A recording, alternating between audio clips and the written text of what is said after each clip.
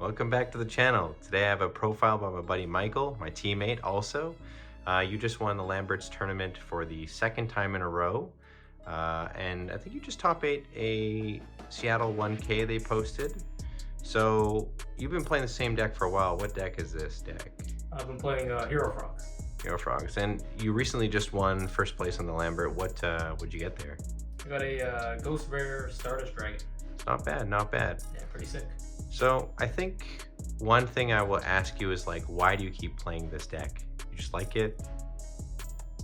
I think, well, two reasons. First reason, I think it's fairly consistent. It's pretty fun to play. I think you have a pretty solid skill expression. And it's also pretty powerful, pretty solid into, I'd say, everything that's not super combo. Second reason, I can't be bothered to sleeve up a second deck. So I'm just gonna play the same thing until I can. All right, that's fair. Let's check out your list. All right, we have the deck list laid out. It's rather generic, but I'll have Michael go through this and he can maybe give some insights into why he's playing certain cards. Yeah, so it's a fairly standard Hero Frog list. I took a lot of inspiration from the two guys that topped YCS Houston. I think it was Dirk and RJ. I like their Dupe Frog list with 3 upstarts. But when I was playing that one, I felt like I was really missing Dupe Frog. I liked being able to use Substo to take advantage of my opponent, because that card's insane, just use it over and over. And without the Dupe Frogs, it felt like it didn't have as much payoff. So what I did was I took out a swap out of the Dupe, put a second Dupe in instead of the Death Frog. I think the trap lineup's the same, the heroes are the same. I added the Junk back in because I thought that card was also really good in a lot of the rogue matchups. So I took out the second E-Call for a 1-for-1. I think the third upstart became the Junk. But otherwise, this is a fairly standard list. Felt really good today. Drew enough pieces of each engine, enough frogs, enough heroes, enough monarchs. And yeah, I don't think I changed anything. All right, so we have the extra deck here. Just one Chimera tech. I noticed that some people slot in more, but you're also going to play this card because of the Junk Synchron? Yeah, this card. Yeah. Yep. I think that's about it. It's all pretty standard. So anything that you think you would change, or like maybe one card that you don't make that often? Yeah, definitely the Dark End Dragon. This was a holdover from when I was playing a build with Malicious, and I just I'd rather take it out. If I were to play this again, this would become a Gaia, and then that would be, yeah, the rest would stay the same, I think. Fair. I mean, your side deck, it's pretty generic, I would say, for most of the parts, but there's a few cards in here. Like, I'm surprised to see one of these in here, and maybe the needle ceilings and stuff. Give me some insights on what you're side decking here. Yeah, so side deck, Double Crow, I think it's pretty standard, good into a lot of rogue matchups, it's okay in the mirror. I side this in a lot against like the combo decks. Same with Vanity's Fiend, this is good against combo decks, pretty solid in the mirror, see if I can stick that. Cyber Dragons, I know a lot of frog lists don't side this, but I like it games 2 and 3 when I go second, because I found that game 1 I usually have the advantage, I'm usually able to win that. And then going second, I'll side out some of my DDV targets against birds for this, and as well as machines. I side this into Gigaplant as well, and it's just okay. It's just I feel like that matchup, if they go off turn 1, I do need something to at least try and chip away their board, and Cyber Dragon helps me do that by something Chimera Tech with the Power Tool. As far as like a flip-flop frog goes, I think this card I sided every single time I saw they were playing like a Titanium deck, and it just felt like it was a really good card into that matchup, kind of a problem card. When I summon it off the slug and put it face down next to the Dupe, they gotta make weird lines to try to make Brio to out it, and it just helps give me another turn or two to come back from those big plant boards. Mainly, it doesn't target, right? So, yeah, because it doesn't target. As far as spells and traps go, Vortex, this is good, that's great. Side this in going second all the time. Just generically. Soul Exchange was okay. I found myself siding out some of my Tribute Summons game 2 and 3, and I would only side this in going second. I say, not sure if I'm going to keep it in, but when I did draw it, it's like a real 50-50. If I had the combo piece, like the second piece, like the Kaias, the Vanities, the Ryza, even the Cyber Dragon, it was okay. Oh, and the sub as well, but if I didn't draw that second piece, like, I don't know, this card is just kind of a brick. And for the traps, Triple Dust, I think this card is pretty standard. I side Triple Dust against Black Wings, maybe 1 or 2 against Bayou, just depending on how I feel at the time. Just because I feel like I can beat Black Wings fairly consistently, but if they get Whirlwind, then it gets really hard, or it can get really hard. And this stops Whirlwind, and then it makes the matchup, the deck, like pretty fair. And if the deck's being fair and not being unfair, I feel like it's not that scary. It's also good against other decks like Gladiator Beast as well, right? They're just going to set a bunch and you can just tribute Caius, have that. Pretty good. Yeah. At the Lambert's turn, I did play against a lot of plant decks, Gigavice and the Amaryllis, so these came in a lot just for the equip spells, and then like Mark of the Rose especially, and Miracle Fertilizer. Is that the one? Yeah. Yeah.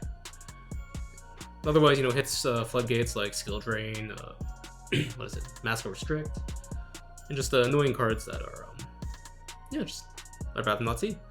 But going forward, I did think about turning one of these into a Unifrog, potentially, just so that I have that searchable out. But I feel like that might be a little greedy, because if I can get that searchable out, it means I already have Toad, and I'm already playing the game. And if I'm able to play the game, I don't know if I really need Dust Tornado or not.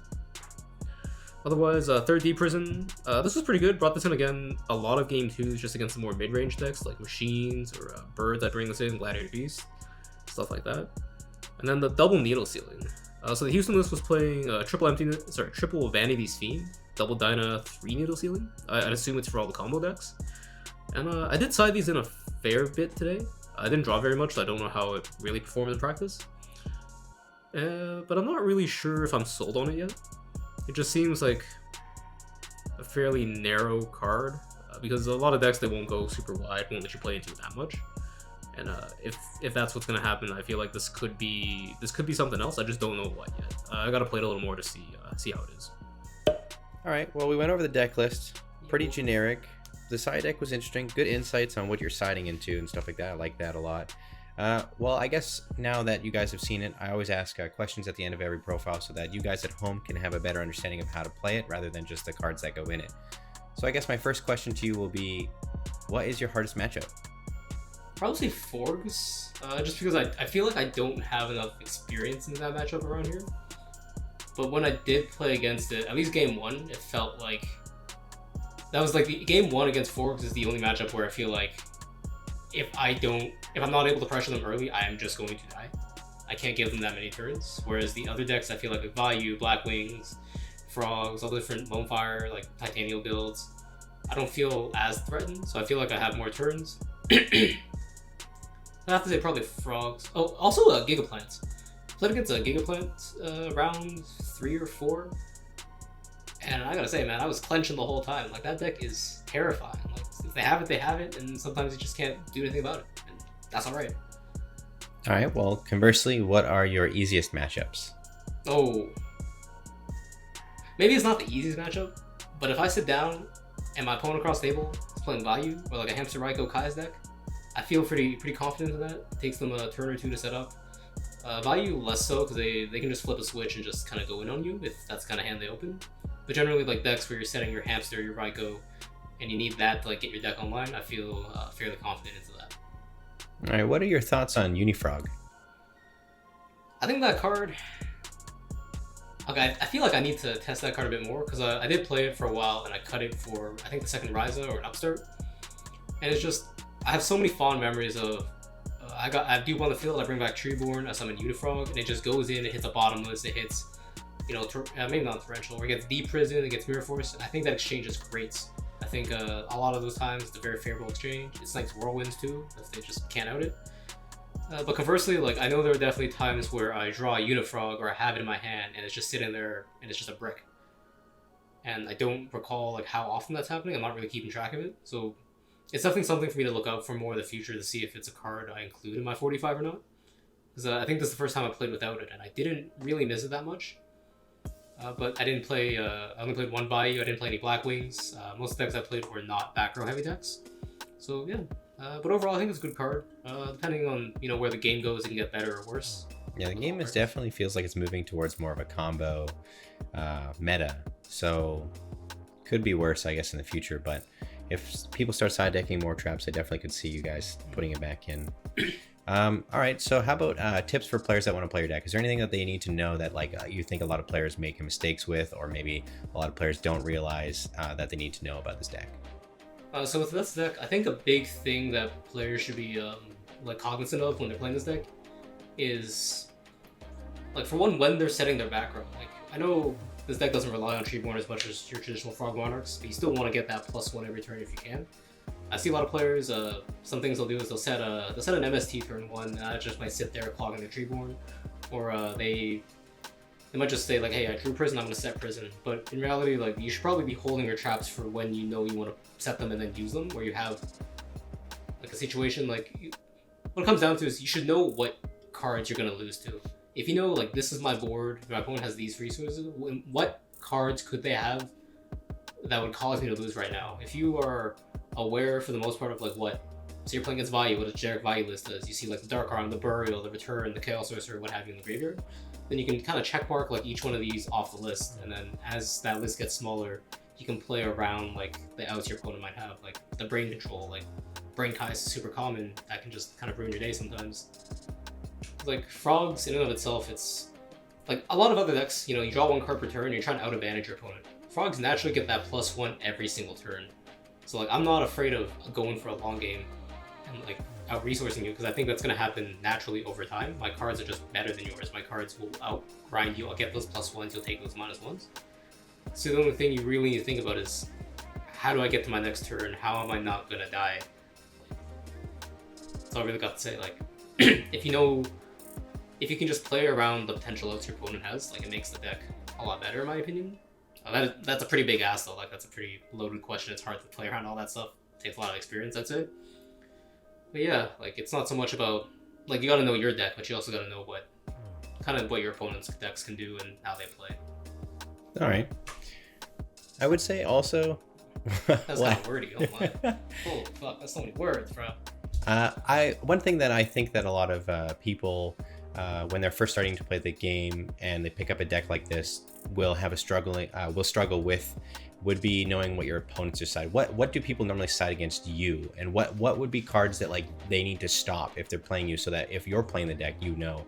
For example, if they have DD Crow, should they be DD Crowing your Treeborn Frog right at the beginning, or should they be waiting? Like, what are the cards that they'll use to stop you?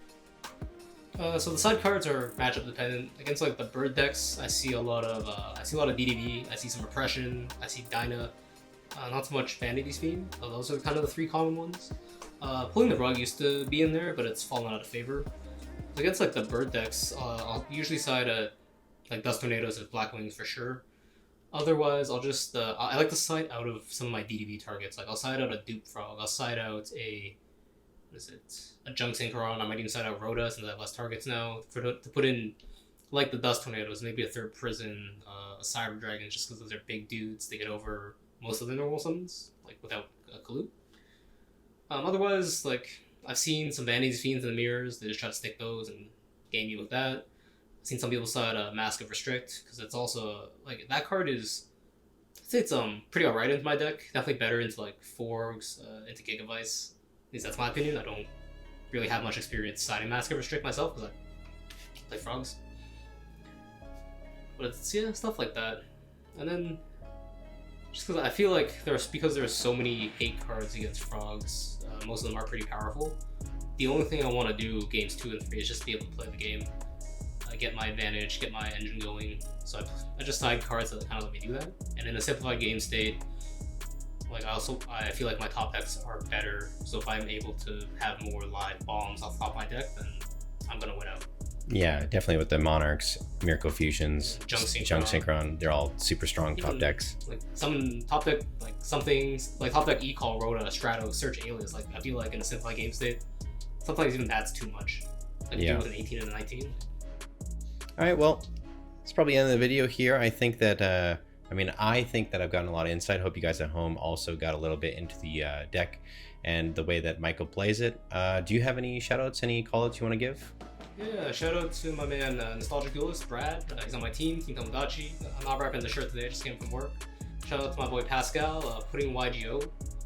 He's a good friend, I've known him for years now. One of the most loving, kind people I've ever met. Shout out to Lambert for running these tournaments. Although Lambert, I gotta say, man, every time I come and join, I'm like, I just want to go home too, and I want to get food. Should have let. Never. That's fun. Rude. I'm hungry every tournament. Sad.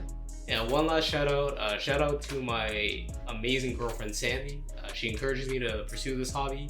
She lets me play. Every time I'm going out with the boys, she's like, have fun, but don't have too much fun. And she's just really supportive. And if I didn't have her support, I wouldn't be out here playing Edison once a month. Damn. Yeah. All right. Well, thanks for coming on, and I'll see you guys at home in the next one. Peace.